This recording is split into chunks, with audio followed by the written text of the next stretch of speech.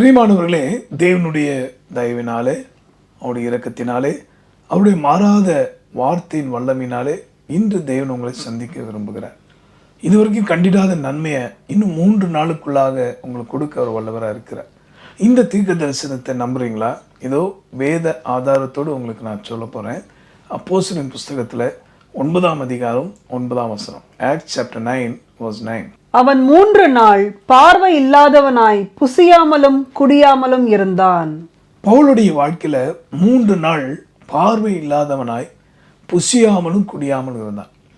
இதோடைய ஆவிக்குரிய வெளிச்சத்துல தேவன் கொடுத்த ஒரு விளக்கத்தை உங்களுக்கு சொல்ல விரும்புகிறேன். ஒருவேளை அவனுடைய வாழ்க்கையில அவன் பார்த்த விதம், நடந்த விதம் வெவ்வேறாக இருந்தாலும் அவனுடைய மனக்கண்களை திறந்த தேவனாகிய கர்த்தர் அவனுடைய வாழ்க்கையில சில நாட்கள் அவன் குருடனாக இருக்கும்படி அனுமதித்தார். ஏசாயாங்கிற தீர்க்கதரிசிக்கு தேவனாகிய கர்த்தர் கொடுத்த வார்த்தை, என் தாசனே அல்லாமல் குருடன் யார் என்று சொல்லப்பட்டிருக்கு. இதனுடைய பொருள், உங்களுடைய மனக்கண்களை திறக்க தேவன் விரும்புகிறார். He wants to open your inner eyes. So listen each and every word. தேவன் கொடுக்க இந்த தீர்க்கதரிசன வார்த்தையும் கவனமாக கேட்பீங்களா? அநேக காரியங்களை கண்டும் காணாமல் போகிறோம். ரீசன் என்னன்னா, குருடர்களை போல நாம் சில இடங்களில் நடந்து தான் ஆகணும். ஆனால் என் தேவனாகிய கர்த்தருடைய வெளிச்சம் உங்கள் மேல் இறங்கி வர்றதாக இங்கே சொல்லப்பட்டிருக்கு. 3 நாள். பிதா, குமாரன், பரிசுத்தாவியாகிய திருத்தவ தேவன் மகத்துவமான காரியங்களை செய்ய வல்லவராக இருக்கிறார்.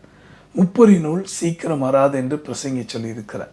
இப்படி இந்த 3 நாள் என்று சொல்லும்போது என் தேவனாகிய கர்த்தர் காண்பித்ததான வெளிச்சத்தை உங்களுக்கு கொடுக்க விரும்புகிறேன். இந்த செய்தி முடிந்து நம்ம ஜெபிக்கிறதுக்குள்ளாக பல அற்புதங்களை நீங்கள் பார்க்க போகிறீங்க. முதலாவதாக அப்போஸ்தலரின் புஸ்தகத்தில் 10ஆம் அதிகாரம் 40ஆம் வசனம். Acts chapter 10 verse 40. 3ஆம் நாளிலே தேவன் அவரை எழுப்பி பிரத்யட்சமாய் காணும்படி செய்தார். உங்களை என்னையும் ஆசீர்வதிக்கிற தேவன் பரமபிதாவானவர் தமது ஒரே பேரான குமாரனாகிய இயேசுவை இந்த பூமியில் அனுப்பினார். அவர் நமக்காகவே மரித்து உயிர்த்தெழுந்தார். வேதம் சொல்லுகிறபடி அவர் 3ஆம் நாளிலே உயிர்த்தெழுந்தார். ஆகிய அன்பானவர்களே, பவுலுடைய வாழ்க்கையிலும் கூட 3 நாள் பார்வையற்றவனாக இருந்தது போல இயேசு இந்த பூமியிலே காணப்படாதபடி பூமியின் மடியிலே அவர் காணப்பட்டார்.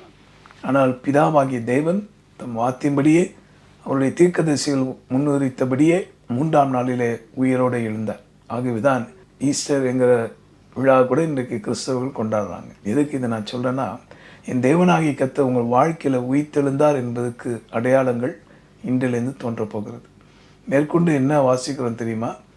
லூக்காவின் புஸ்தகத்தில் 24ஆம் அதிகாரம் 46ஆம் வசனம். எழுதியிருக்கிறபடி கிறிஸ்து பாடுபடவும் 3ஆம் நாளிலே மரித்தோரிலிருந்து எழுந்திருக்கவும் வேண்டியதாய் இருந்தது. பாடுபடவும் பின்பு 3ஆம் நாள் உயிர்த்தெழுக்கப்பட வேண்டியதாக இருந்தது. உங்கள் வாழ்க்கையில் இதுவரைக்கும் நீங்கள் சந்தித்து வந்த பாடுகள், உபத்திரங்கள், பலவிதமான போராட்டங்களுக்கு என் தேவன் இன்னும் 3 நாட்களில் பலன் அளிக்க போகிறார். You are going to see the wonders within 3 days when you hear this word of God. இந்த தீர்க்கதரிசன வார்த்தை நீங்கள் கேட்ட அந்த நாளிலிருந்து 3 நாட்களுக்குள்ளாக அந்த உயிர்த்தெழுந்த தேவனுடைய வல்லமை நீங்கள் பட்ட பாடுகளுக்கு முடிவு கட்ட போகிறார். நீதிமித்தம் பாடுபட்டால் நீங்கள் பாக்கியவான்கள். அநீதி செய்து பாடுபடுகிறவர்கள் அல்ல, நீதிமித்தம் சுவிசேஷம் சொல்வதனால, ஆண்டுடைய அன்பை பற்றி கொள்வதனால, ஜெபிப்பதினால, உண்மையான பரிசுத்தவான்களுக்கும் தெய்வ மனுஷர்களுக்கும் கொடுப்பதினால, உண்மையாக ஆத்மபாரம் கொண்டு ஜெபிப்பதினால, இப்படி பல காரியங்கள் சொல்லி கொண்டு இருக்கலாம். இன்னும் 3 நாள், இவ்வளோ நாள் பாடுபட்ட உங்களுக்கு இன்னும் 3ஆம் நாளில் இன்னும் தேவனாகி கர்த்தருடைய உயிர்த்தெழுந்த வல்லமை உங்கள் இல்லற வாழ்க்கையில் வெளிப்பட போகுது. உங்கள் தனிப்பட்ட வாழ்க்கையில் வெளிப்பட போகிறது. இந்த நிமிஷத்துலேருந்து இந்த வல்லமையான பிரசனம் உங்கள் மேல் இறங்கி வருவதை நான் பார்க்குறேன். ஆக எதுக்காக இந்த 3 நாளை குறித்து நான் பேச அனுமதித்தேன்னா, யோனாவின் புஸ்தகத்தில் 1 அதிகாரம் 17ஆம் வசனத்தை வாசிக்க கேட்போமா? ஜோனா சாப்டர் 1 verse 17. யோனாவை விழுங்கும்படி ஒரு பெரிய மீனை கர்த்தர் ஆயத்தப்படுத்தி இருந்தார். அந்த மீன் வயிற்றிலே யோனா ராப்பகல் 3 நாள் இருந்தான்.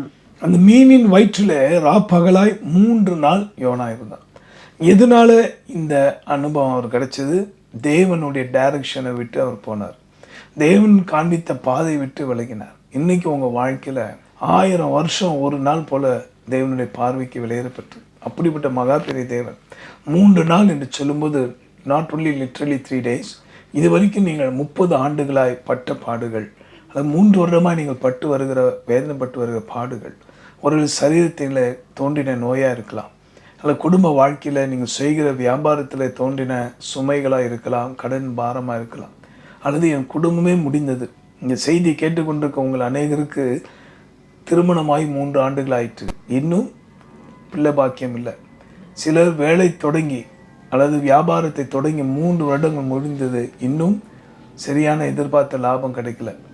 ஏன் தங்கள் வாழ்க்கையை ஊழியத்தை தொடங்கி 3 மாதங்களே ஆண்டு சில இந்த செய்தியை கேட்குறீங்க. கர்த்தர் சொல்றாரு, யோனாவுடைய வாழ்க்கையில் சரியான டைரக்ஷனில் கொண்டு வரத்துக்கு தேவனுடைய சித்தத்தை அவன் செய்து முடிக்க மீனின் வயிற்றில் 3 நாள் இரவும் பகலும் இருந்தது போல இதுவரைக்கும் உங்கள் வாழ்க்கையில் இருந்ததான துயரங்களுக்கும் பாடுகளுக்கும் போராட்டங்களுக்கும் கர்த்தர் முடிவு கற்றார். ஏன்னா பவுலுடைய கண்களும் 3 நாட்கள் தான் காணாமல் இருந்தது, அவன் பார்க்க முடியாமல் தவித்தான். இன்று உங்கள் வாழ்க்கையில் வந்திருக்கிற தோல்விகள் அது வெற்றிக்கான அடிப்படை என்பது புரிஞ்சுக்கோங்க. உங்கள் வாழ்க்கையில் நீங்கள் சந்தித்து வந்த பாடுகள் தனியாக இல்லை, கர்த்தர் உங்களோடு இருக்கார். இந்த நாளிலேருந்து இந்த தீர்க்க தரிசன வார்த்தையின்படி இன்னும் 3 நாளில் உங்கள் குடும்ப வாழ்க்கை, உங்கள் இல்லற வாழ்க்கை, உங்கள் எதிர்காலம் எல்லாம் ஆசீர்வதிக்கப்பட போகுது. இயேசு சொன்னார், இந்த ஆலயத்தை இப்படியாக விழுந்து போகிற இந்த ஆலயத்தை எடுத்து தள்ளுவாங்க, 3 நாளில் எழுப்பேன். அவர் தன்னுடைய மரணத்தை குறித்து சொன்னார் என்று கூட புரிந்து கொள்ளாமல் இருந்தாங்க. அதே போல் இந்த வசனத்தின் வெளிச்சத்தை கண்டு நீங்கள் சந்தோஷமாக பாடி துதிங்க. இஸ்ரவேலே பயப்படாதே, நான் உன்னோடு கூட இருக்கேன் என்று கர்த்தர் வாக்கு கொடுக்குறார். இப்போ இந்த வாக்கு தத்துவத்தை விசுவாசித்து நம்ம ஜெபிக்க போகிறோம். Wait for 3 days, just for 3 days. ஏன் இந்த செய்தி கேட்டு அடுத்த 3 மணி நேரத்தில் கூட உங்களுக்கு அற்புதத்தை ஆரம்பிச்சுவார்.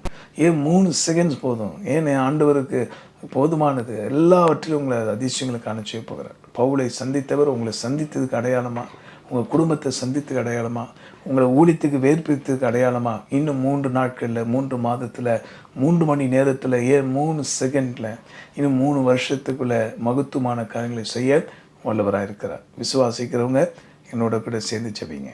நன்றி ஆண்டவரே, இந்த வார்த்தையின்படி கண்களை திறப்பினாங்க.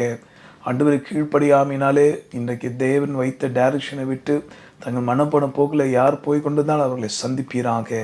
பவுலுடைய மணக்கங்கள் திறக்கப்பட நீர் எப்படி கிரியை செய்தீரோ அதே போல் இவர்கள் ஒவ்வொருடைய மணக்கங்கள் திறக்கப்படுவதாக.